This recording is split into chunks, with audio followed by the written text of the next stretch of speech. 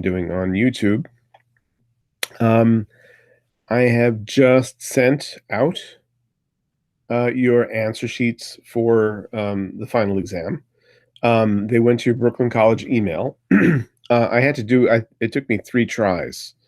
Um, it took me 3 tries to get the thing sent out because the email program didn't like what I call the file. I don't know. Anyway, it's probably attached appropriately on the third email that you get from me.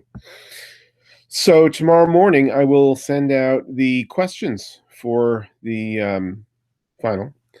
So, and you don't have to print out the questions. You could do them on your machine, but you have to print out the final exam answer sheet, which is 3 pages. There's a cover page where you sign sort of an honesty declaration. And then there are 2 pages of short answers, just blanks, 80 questions in all. And if you could do this by the end of the course, which is July 7th, then I can actually grade it and get your grades in. Please try to do it before then, because the grades do have to be submitted something like 48 hours after the end of the course. What else?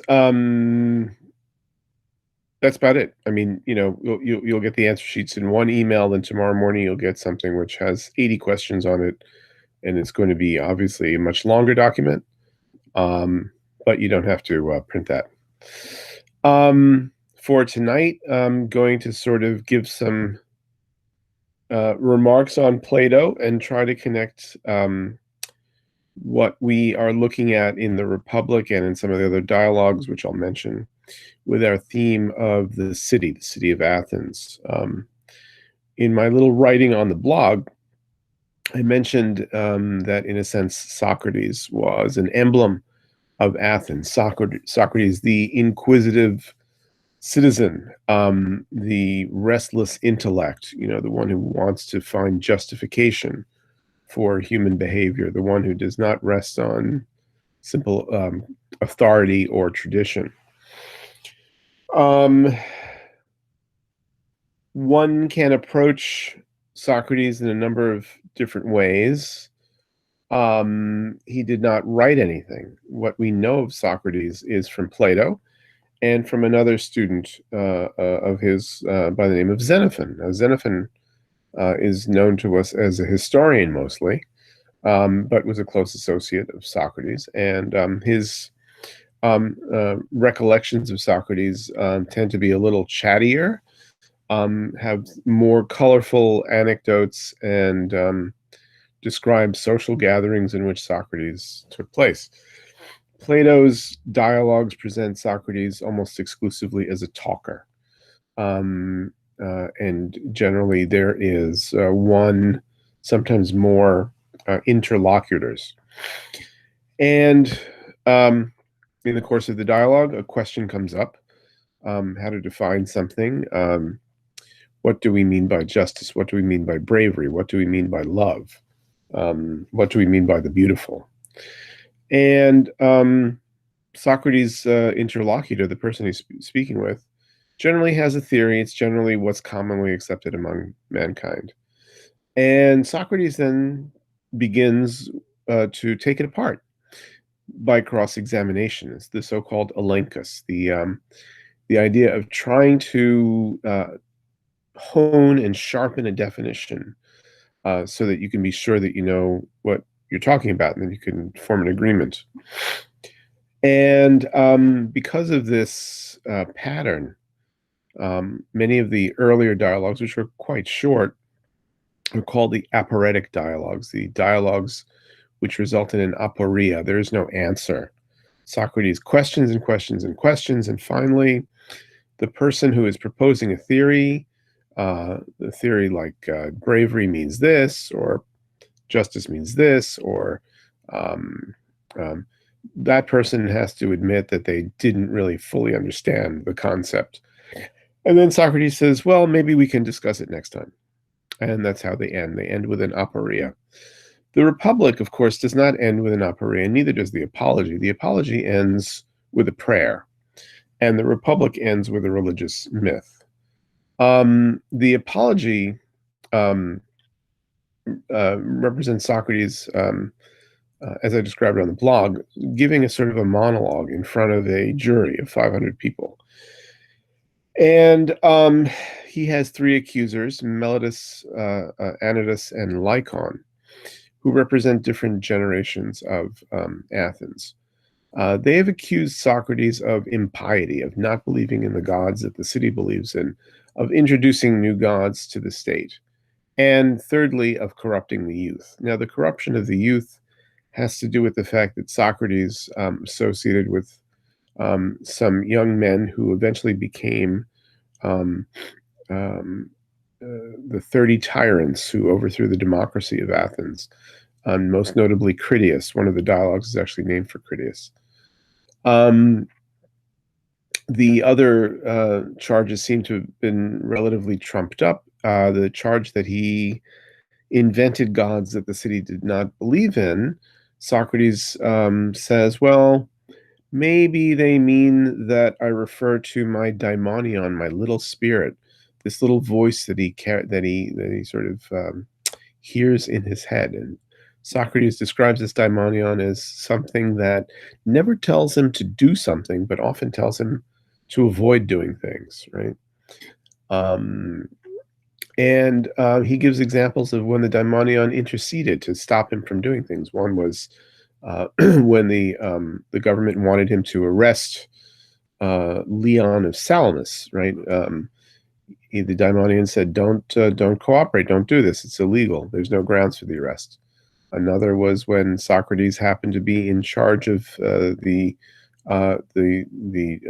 law calendar that day, because they took, in Athens, you took turns doing this, and a very important case was being tried. It was the generals, the admirals, if you will, of the Battle of Arginusae, one of the last battles of the Peloponnesian War with Sparta, and it is in fact the last battle that the Athenians won.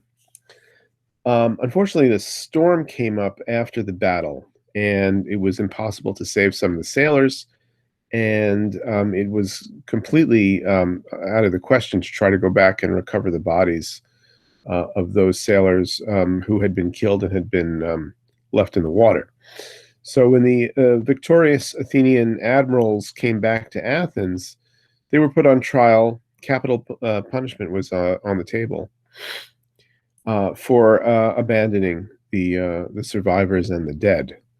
And the problem is that they had a trial where they were all being tried together. And that was something that Athenian law did not want to do. And so Socrates opposed that as well. So there are these instances where Socrates is relying on tradition, almost like a Supreme Court justice, and telling the government, you cannot do just whatever it is that you want.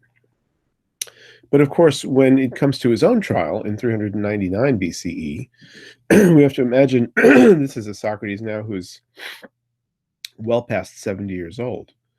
The question is, do they really want to do harm to him with this trial?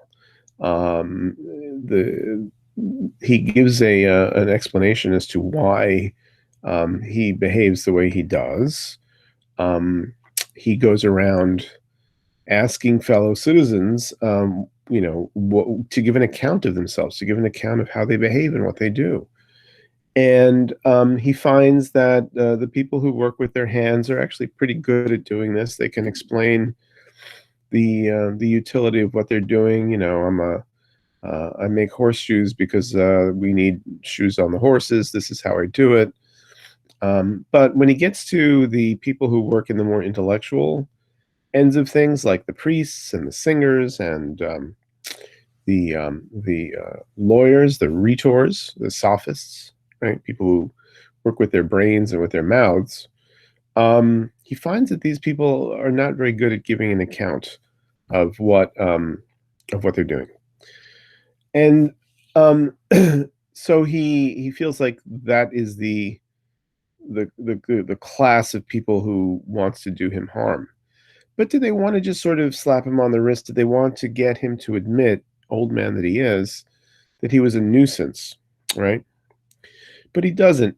He says that he, in fact, has a piece of knowledge that no one else in this city has, and that is that while everybody believes that they know something, he at least understands that he does not know anything.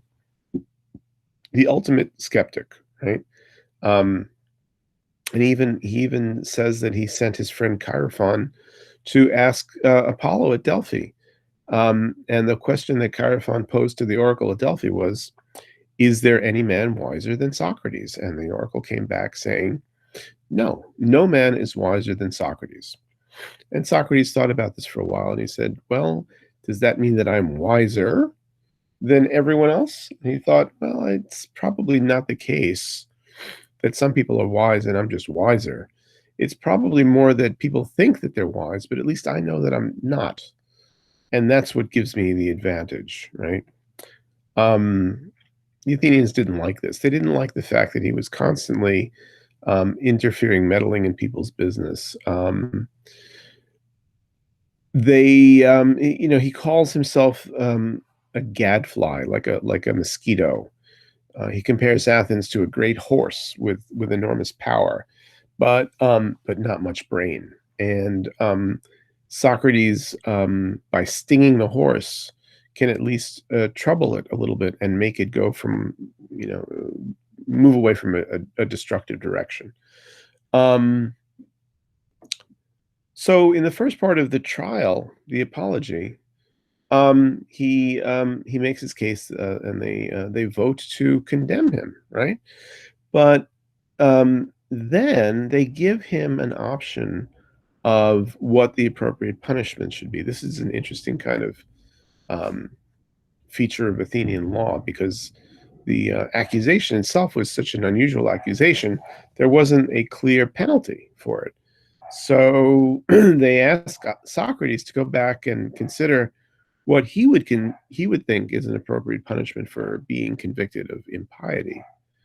And they probably are thinking he'll come back and say, "Well, I'll pay you X amount of dollars, X amount of minas of in silver." And he actually has friends who are willing to put up the money for him. But what does Socrates do? Socrates goes back and says, "I consider that for my crimes, because I have neglected all of my own wealth and my own family business, in the interest of serving Athens as a kind of an ombudsman, as a kind of a public advocate, who goes around trying to keep people on the straight and narrow."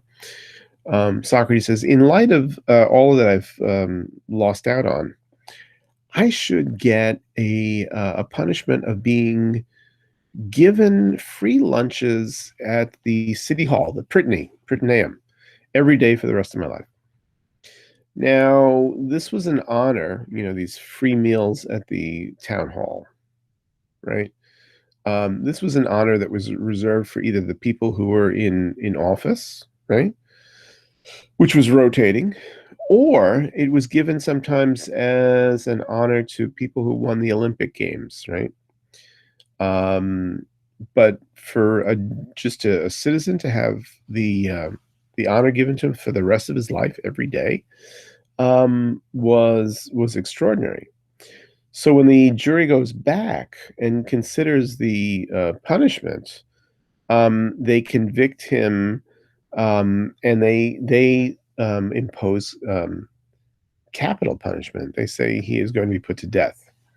And this, of course, shocks him, but it doesn't really throw him for a loop. He says, um, "I'm not sure if you're giving me a gift or a punishment here because we don't really know if death is better than life or vice versa."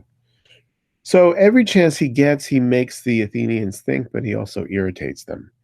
It sort of goes back to the central allegory of the cave, and I'm going to project a picture for you, if I can.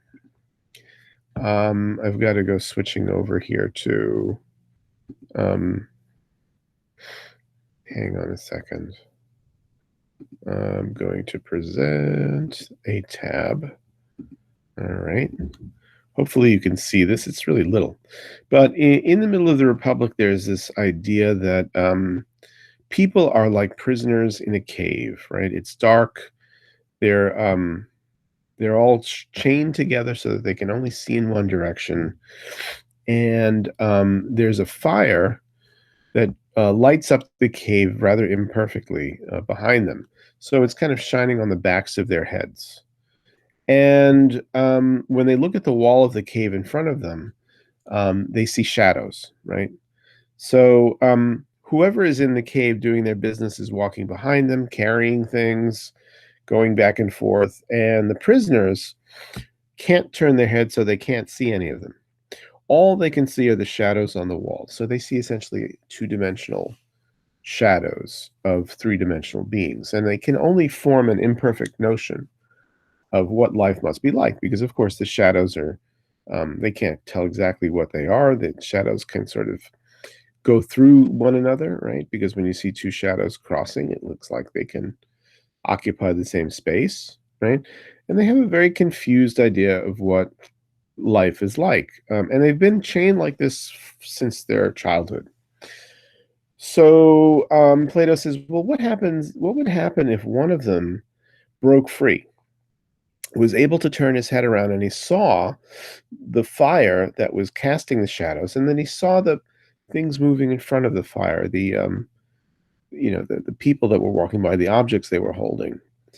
He would have a better idea. He would have a clear idea, more connected with reality, of what the world was like compared to those of the prisoners that are still in chains. And then one step further, what if Plato says, what if this same man were actually able to leave the cave, right? And he would see the world that's illuminated by sunlight, the source of all light, the brightest of lights. Then, when he came back down to the cave to try to explain to his fellow prisoners all that he had learned, the fact that the shadows weren't real, they were only images of some greater reality, which is three-dimensional bodies. The fact that the cave was not the only place in the world, that there was a place where there was a brighter light and things could be understood more clearly. Probably what would happen is that these other prisoners would think that the first fellow, the fellow who escaped, was a madman. He's a genius, but he's also a madman, and he's dangerous because his ideas will sort of excite and alarm and upset the life that they have in the cave as prisoners. So, if anything, they would sort of kick him out of their community, or very possibly they would want to put him to death because he's such an irritant and he challenges their views so much. The allegory of the cave in the Republic is connected with another famous image called the divided line. And the divided line is another way that Plato has of describing how knowledge can move uh, um, from incorrect assessments of reality to partially correct assessments of reality to sort of ideal understanding of reality. We might not understand what an object is, but we sort of have a vague notion of what it is. Then, on closer inspection, we can have opinions about what it is, based on the evidence that we have. On closer inspection, we may determine that it's a table, right? But there's a higher knowledge of what goes into something being a table, because tables can come in all shapes and sizes. They're built, they get destroyed. They last for a while, but they don't last forever. But somewhere, Plato says, there has to be a blueprint of a table that lasts forever and can only be appreciated by a mind, right? It can't be sort of felt or tasted or touched. And he thinks about the idea of tables, the ideas of things, as inhabiting sort of another realm. It's not the realm of our everyday physical existence. And it's certainly not the realm that everybody can appreciate. especially when you start defining these ideas in terms of more difficult concepts like mathematics, mathematical relationships. So the divided line, like the allegory of the cave, is one of Plato's ways of saying, we're not all going to be able to rise on the intellectual ladder to the same extent. Another sort of image that Plato uses in the Republic to really make the same point is the theory of the metals. The metals are a way of it's almost like a genetic theory that he comes up with of trying to explain to people that we're all made of different metals, and some of us are made of gold and some silver and some iron, and that means that depending on how we're made, that's our best function in life. Those who are made of the finest metals, says Plato, are going to be fit for education and for government.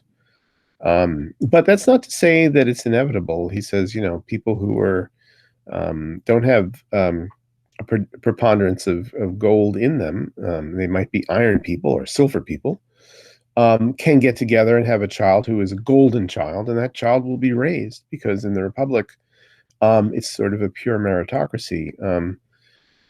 And the child will be put through its paces, and it will learn, as far as it can go. And if it goes as far as the curriculum goes, he will or she will, because there's an equality of male and female opportunity here in the Republic. We'll spend something like 30 years mastering things like mathematics and solid geometry. And at the very top of the intellectual pyramid, you have a philosopher king, if you will. The smartest person is going to be the ruler. The ruler will be the one who presides over this very complex society of this tripartite society where there's a class of intellectuals who govern the state. They represent sort of the brain, right? The head. And there's another class of individuals that represent the defense and protection of the state, and they represent the heart, the bravery, right? Those are called the guardians. And the guardians are put through a very rigorous education as well. The rulers and the guardians will not be allowed to own property because they're going to be supported by the state, and they should have their focus should be entirely on the defense of the state. Very similar to Sparta. In Sparta, the people who had the most authority and most status were the people who had absolutely no connection with wealth. At the bottom of Plato's tripartite structure is the producers, the farmers, the craftsmen, what have you. And those people will provide the material well-being of the state, and they can own money, and they can have larger families. They can have they can buy and sell land, things like that. They're merchants, but they don't have the esteem that people above them do, right? So when Socrates in the Republic sort of finishes this picture, he says, "Aha! So now we've seen the larger organism, which is the state." And we've seen that it's composed of three parts: the head, the heart, and the belly, if you will. The rulers, the guardians, and the producers. That is essentially the same construction that you would find in a human being. You have the head, which has the cognitive ability to drive the whole organism. You have the heart, which is the fight or flight, which protects the organism, and then you have the belly, which is the appetites, which both desires stuff to satisfy its needs and also creates the urge to make stuff, to grow stuff, to build stuff, so that the needs can be satisfied, right? And Plato's definition of justice, which was the big question of the dialogue to begin with, is the harmony of all these things, right? When the head and the heart and the belly all sort of cooperate for the well-being of the whole, right? And that's the ultimate definition of justice, dikaiosune, both in the state and in the individual. So the state is composed of unequal members, just like the body is composed of unequal organs. This people have thought, well, this is a kind of a totalitarian picture. They don't like the sort of the dark side of the idea that people are sort of stuck in wherever they find themselves in the social order. Also, the education is for the masses, if you will, is going to be curtailed so that contradictory things don't affect the ears of the impressionable young. They don't get mixed messages about the gods doing weird things. So, and they don't have sort of emotionally rousing music because that'll sort of throw off their intellectual development. Um, it's not a pretty picture. And there are two challenges to this picture because a lot of people, starting with someone like Karl Popper, The Open Society and Its Enemies, writing after the fall of fascism in Europe, Popper said, Plato is the model for a fascist state. Um, it's dangerous. And it's true that a lot of governments, both left and right wing governments over the centuries, have said, oh, we're just enacting Plato's Republic. But Plato, you can read the Republic as sort of being almost a farce or a tragedy, really is the best way of describing it, for two reasons. For one is when it reaches its peak, which is the peak of the philosopher king, you have a state with its perfect ruler. You think, well, okay, it's maybe a fascist state, but it's a perfect state. But then Plato, in 4 books, in the last 4 books, outlines how the state is necessarily going to collapse, right? Even if you like the way the state looks, it's going to collapse because it's impossible um, to reproduce the philosopher king indefinitely, right? The philosopher king will have a son, and unless conditions are absolutely perfect, the son is not going to be as good as the father. The son is going to be influenced by gossip, by desire for honor, and eventually the perfect philosophical government will decay into what Plato calls a timocracy, a government where people look for honor.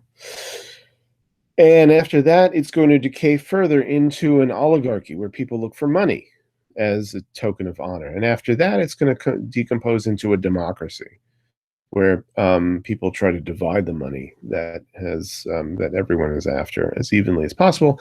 And then finally, when the democracy sort of attacks itself, if you will, the different factions in a democracy attack itself, you're going to have a tyranny, right? A tyrant will arise who will say to the democracy, I have the right way out of our trouble. Follow me. Give me your undivided loyalty. And Plato sees that this is an inevitable cycle of decay. So if you read the Republic straight through, it sort of has that tragedy. There's a reversal, right? The reversal is when the philosopher king tries to reproduce, or the state tries to perpetuate the rule of the philosopher king, it just can't hold. And so, as the Republic tails away, you get a discussion of why it's important to focus on the ideal, the ideas and the intellectual life, and away from the physical life. And you get this discussion of how art can have a wonderful effect in leading you to think you're having an intellectual experience, but in fact, it's playing with the emotions. And what art does is it mimics things that are already flawed, right? If you have a drama about a man who exists, the man is already a flawed creature, and the drama is simply a mimicry of that creature, so it's going to have its own flaws. The only solution is to think about the great beyond, to think about how the universe works away from the physical coming to be and passing away that characterize our world, and that is the world of ideas, the world of the mind. So, and that sort of ends with the great vision of where all the souls go to after death to be purified. And if you were a tyrant and you were a bad guy, it'll take 10,000 years to be purified. When you come back out, ready to be reincarnated, you will be forced to forget everything. But you'll get to choose a life before you forget the life that you're going to be living as a human being when you're reincarnated, you get sort of a shopping spree where you can go to choose a different life. And there's a very sort of touching end of the Republic where the heroes of the Trojan War come back and they say they don't want to go back to being heroes because there's too much tragedy in that. So they choose usually the life of animals, like, an eagle or something like that. Agamemnon wants to be an eagle. Um, People who are tyrants sometimes realize that power destroyed their happiness, so they choose the life of an ordinary person. Whereas people who spent their lives as beggars will maybe want to try the life of a tyrant. The one person who is not represented as choosing a life is Achilles, which is interesting because of all the characters that we hear about in the Homeric characters that we hear about it. Agamemnon's there, Ajax is there, Diomedes is there, Nestor, they're all there, Odysseus is there, but there's no Achilles, which is kind of odd. And then you think, well, maybe because the soul of Achilles actually is already taken by Socrates, right? That's an intriguing kind of notion that Plato might be suggesting. So that's one reading of the Republic where, it's a state that looks like it could be perfect on paper, but by its very definition will collapse. But even earlier than that, in book two, and I asked you guys to look at book two, there's the prelude to the whole ballooning of the Republic, the creation of this elaborate state with its elaborate mathematical curriculum and its tripartite social structure. The whole thing springs from a remark about that Socrates makes about the ideal conditions of human life. And he says, well, you know what? If we want to think about a state, let's think about the smallest possible state. And we'd have to have just a few people, they'd be dividing their labor. You'd have them taking care of the most necessary things in life, growing food, making clothes, building shelter, things like that. And after they've established their little community, they will grow. They will not grow, too large, because they realize that population growth is a threat to them.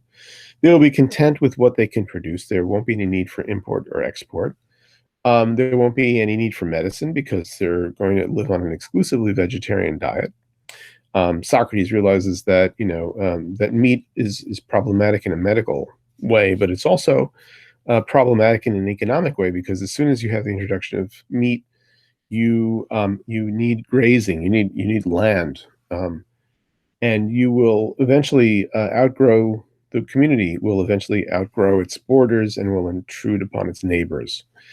So very curiously, in book two, and it bears rereading, the origin of Plato's state has to do with its desire for luxury, but specifically its desire for meat. The desire for animals as food, cause it to expand beyond its boundaries, come into conflict with its neighbors, and then have to defend itself. And in order for it to defend itself, it has to evolve this really elaborate social system where you have guardians, but the guardians are controlled by a greater intelligence, etc. So you could read the Republic as ending pretty much in book two, where Socrates says, well, if you want an ideal society, it's not that hard to get. But Glaucon and Adeimantus, his interlocutors, say, you know what? A society where people are just sort of living on wheat and acorns and apples is nothing but a city of pigs. He says, where are the entertainments? Where are the luxuries? And Socrates says, well, I suppose if you want that stuff, we can have it, but it's going to cost. It's going to cost you.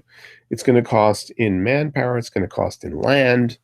And eventually it's going to lead to war. And so the whole of the rest of the Republic balloons out of that notion that if a community gets too large and too desirous of luxury, it will inevitably be a community which is constantly engaged in war. What does this have to do with our theme of the city? Well, of course, this is kind of the allegory of Athens, right? Athens was at one point self-sustaining. Athens did not have to live on import and export, did not have to bring in grain from Thrace. But the sort of continual desire for novelty and luxury caused it to sort of explode into this mega state, which is in a way a state which Pericles praised, and the kind of state that we are more comfortable with, right? Um, it's certainly not a commune or a kibbutz or some sort of small, collective farm where people can meet their own needs, right? Socrates presents that idea, but the people he's talking to say that that's just not a state that they would be interested in living in. But Socrates doesn't present too many alternatives. It's either that or continual warfare. And so, met with the weariness of having to maintain this continual warfare, the society collapses in on itself, and that's the Republic. After some years, we think, Plato wrote another great book called The Laws, where he revisits this whole notion of the ideal state. And he's always thinking about the size of Sparta, and the size of a city being something like 4,000 or 5,000 small farms, 4,000 or 5,000 families, so maybe 20 or 30,000 citizens, really at its greatest, which is naturally defended, which has some commerce with the outside, but not much, which is almost completely self-sufficient. So Plato's notion of the perfect city does not square with any of the cities of historical Greece, but certainly it's most dissonant with the notion of Athens, with the imperial cosmopolitan city. He always sort of reverts back to a more traditional model, like Sparta. He thinks a lot about Crete, which the Greeks thought was the oldest of their settlements and had the oldest and the wisest laws. But what Plato really has done is he's invented the blueprint for a kind of a university town, right? Where intellect is the reason for the existence of the community, and the community doesn't seek to expand, and is relatively self-sufficient. So that's kind of a thumbnail sketch of the Republic. And with that, I think I'll just I'm going to open it up for some questions. And like I said, tomorrow you will be getting another email, right, with your exam questions. And good luck with that. The Quizlet is already on there, so hopefully you've been studying from the Quizlet. And if there are no questions, I see some questions popping up. Laura says, should we mostly study the Quizlet? That's it. It's the only thing you need to do. Rachel's asking, when is it due? Absolutely no later than the 7th. And the writings, everything really needs to be done by the 7th. But, just to sort of save my own sanity, please, please, please get them in earlier than the 7th.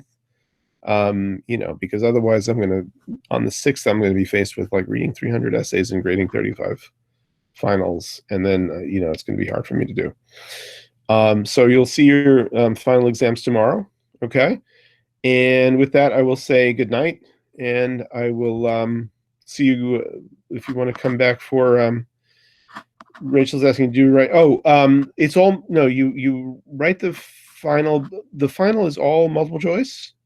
So it's just going to be A, B, C, D, right? Very, very short. So you don't have to worry about extended paragraphs, right? And then just scan it and email it back to me. Yeah. Okay. You'd be scanning the 3 pages. You don't have to scan the questions. Okay. And that'll do it. That'll do it. So I will say good night, and we will have one more class on Virgil on the 2nd, 7/2. And if you can make that, great. Okay. And as always, email me with questions, and so you feel confident that you're doing the right thing.